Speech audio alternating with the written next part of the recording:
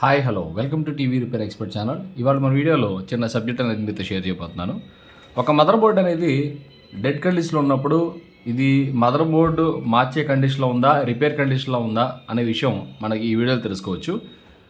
So present అది ప్రాక్టికల్గా మీకు ఈ వీడియోలో చూపించబోతున్నాను. ఫర్ ఎగ్జాంపుల్ ఇప్పుడు ఇది నేను కంటిన్యూటీలో పెట్టాను. జనరల్గా మనకి ఒక బోర్డు అనేది రన్ అవ్వాలంటే మెయిన్ వోల్టేజ్తో పాటు 4 వోల్టేజ్లు అనేది కావాల్సి ఉంటుంది. ఆ 4 వోల్టేజ్లు ఏంటో మీకు ఆల్రెడీ యూట్యూబ్ ఛానల్లో కొన్ని వీడియోస్ మీరు వాచ్ చేయంగా మీకు తెలిసి ఉండొచ్చు. కొన్ని వీడియోస్లో నేను కూడా చెప్పాను కాబట్టి అది కూడా మీకు తెలిసి ఉండొచ్చు. సో కానీ ఇది రిపేరబుల్ కండిషన్లో ఉందా, ఇక దీన్ని మదర్ బోర్డ్ని ఇంకా చేసినా అవ్వదు, ఇంకా పాసిబిలిటీ లేని కండిషన్లో ఉందా అనే విషయం ఎలా తెలుసుకోవాల్సి అంటే చూడండి ఒకసారి.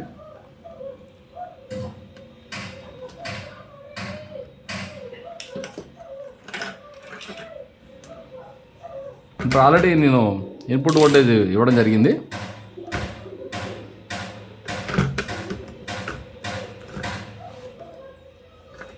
నెగిటివ్ పెట్టాను.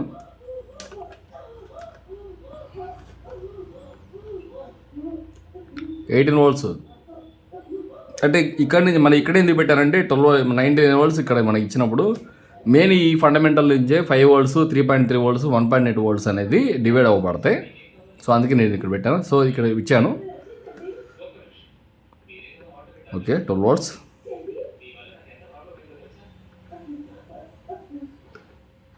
Okay, 5 volts. ఇక్కడ యాక్చువల్లీ 1.8 వోల్ట్స్ రావాలి. ఇక్కడ 1.8 వోల్ట్స్ అనేది ఎప్పుడు వచ్చిందంటే ఈ 5 వోల్ట్స్ నుంచి 3.3 వోల్ట్స్ అనేది ప్రాసెసర్కి వెళ్ళినప్పుడు మళ్ళీ దీని నుంచి రెగ్యులేటర్ ద్వారా 1.8 వోల్ట్స్ అనేది వస్తుంది. అప్పుడు సెట్ అనేది టోటల్ స్టాండ్ బై రిలీజ్ అనేది అవుతుంది. అప్పుడు అంటే స్టాండ్ బై రిలీజ్ అంటే ఇక్కడ మనకి రెడ్ లైట్ అనేది వెలుగుతుంది. మన రిమోట్తో స్టాండ్ బై రిలీజ్ చేసినప్పుడు రెడ్ లైట్ అనేది రావాలి. బట్ ఇక్కడ రావట్లేదు. సో ఇక మనం ఏమైనా చూడండి, first coil, second coil, third coil, fourth coil ఉన్నాయి. ఈ 4 కాయిల్స్ అనేది మనకి బండ గుర్తులని చెప్పుకోవచ్చు. ఎవ్రీ మదర్ బోర్డ్కి కాయిల్స్ అనేది ఉంటాయి. మన దాని ద్వారా మెయిన్ వోల్టేజ్లెస్ ఈ కాయిల్స్ అని చెప్పి మనం చెప్పుకోవచ్చు కూడా. నెంబర్ 1, నెంబర్ 2, నెంబర్ 3, 4కి రావట్లేదు. సో ఫస్ట్ 3 చూద్దాం. 3 రావట్లేదు కాబట్టి మనం ఇక దాని గురించి ఎక్కువ ఆలోచించవద్దు. ఏం ఆలోచిస్తామంటే 3 ఇన్ కేసు గ్రౌండ్ షార్ట్ అయి ఉండొచ్చు. గ్రౌండ్ షార్ట్ అయ్యడం వల్ల కూడా వోల్టేజ్ రాకపోవచ్చు. సో దీన్ని కంటిన్యూటీలో పెట్టి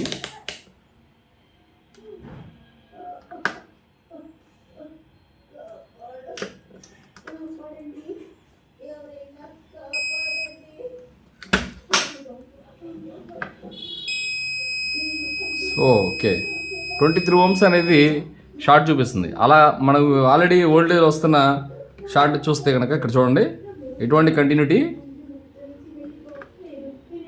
లేదు. చూసారా, ఎటువంటి కంటిన్యూటీ లేదు. ఇది వచ్చేసరికి చూడండి ఒకసారి 6874 ohms దాకా హై ohms చూపిస్తుంది. ఈ కాయిల్ వచ్చేసరికి 0 to 0 చూపిస్తుంది. ఎందుకంటే ఈ రెండింటికి వోల్టేజ్లు అంటే ఇది ప్రాసెసర్కి వెళ్ళే వోల్టేజ్ వచ్చి ఈ ఇన్పుట్ ద్వారా వస్తుంది. సో ఈ ప్రాసెసర్ లోపల షార్టేజ్ ఉందని మనం అర్థం చేసుకోవచ్చు. సో ప్రాసెసర్ మార్చుకునే మనకి ప్రాసెసర్ అనేది అవైలబుల్ ఉంటే ప్రాసెసర్ చేంజ్ చేసుకుంటే ఈ ప్రాబ్లం సాల్వ్ అవుతుంది. లేదనుకుంటే మదర్ బోర్డ్ రీప్లేస్మెంట్ చేసుకుంటే మనం ఈ ప్రాబ్లం రీప్లేస్మెంట్ చేసుకోవచ్చు. ప్రాబ్లం సాల్వ్ అయిపోతుంది.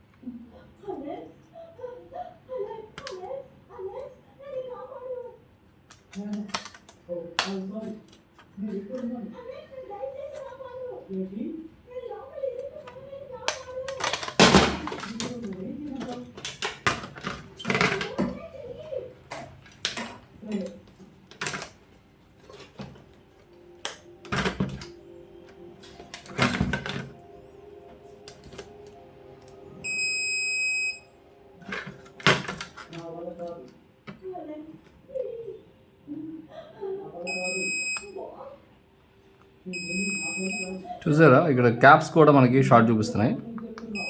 ఈ ట్రాక్ వెళ్ళి డైరెక్ట్గా ప్రాసెసర్లోకి వెళ్తుంది. ప్రాసెసర్ అనేది షార్ట్ అయిపోయింది. మనం ఈ ప్రాసెసర్ చేంజ్ చేసుకుంటే మనకు ప్రాబ్లమ్ సాల్వ్ అవుతుంది.